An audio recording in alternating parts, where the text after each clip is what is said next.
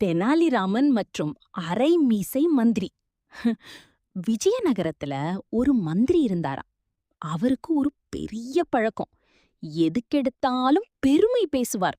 ஹும், என்னை மாதிரி புத்திசாலி யாரும் இல்ல. என்னை மாதிரி அழகான மீசை யாருக்கும் இல்ல. அப்படின்னு தினமும் அரண்மனையே அதிர வைத்தாராம்.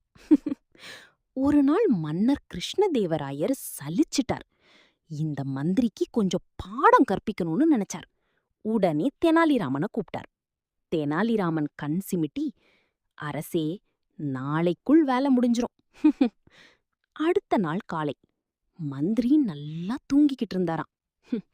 தெனாலிராமன் மெதுவா வீட்டுக்குள்ள போயிட்டு அவரோட மீசையில ஒரு பக்கத்தை மட்டும் அழிச்சிட்டாராம். காலை எழுந்த மந்திரி கண்ணாடி பார்த்ததும், ஆ, ஒரு பக்கம் பெரிய மீசை, மற்றொரு பக்கம் வெறுமை. அவசரமா அரண்மனைக்கு ஓடினார். ஆனா வழியில போறவங்க எல்லாரும் சிரிக்க ஆரம்பிச்சிட்டாங்க. ஒருத்தன் சொன்னா, ஐயோ, பாதி சிங்கம் பாதி பூனை. மற்றொருத்தன், மீசைக்கும் விடுமுறை கொடுத்துட்டாரு போல. மந்திரி கோபத்துல சிவந்துட்டார். அரண்மனைக்கு வந்ததும் மன்னர் கேட்டார், என்ன மந்திரியாரே, இது புதிய ஃபேஷனா?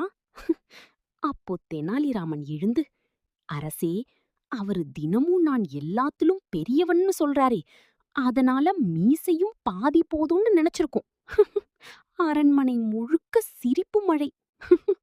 மந்திரி மட்டும் அடுத்த நாள் முதல் பெருமை பேசுறதையே குறைச்சாராம். கதை நெறி: அதிக பெருமை பேசினா மீசைக்கு ஆபத்து.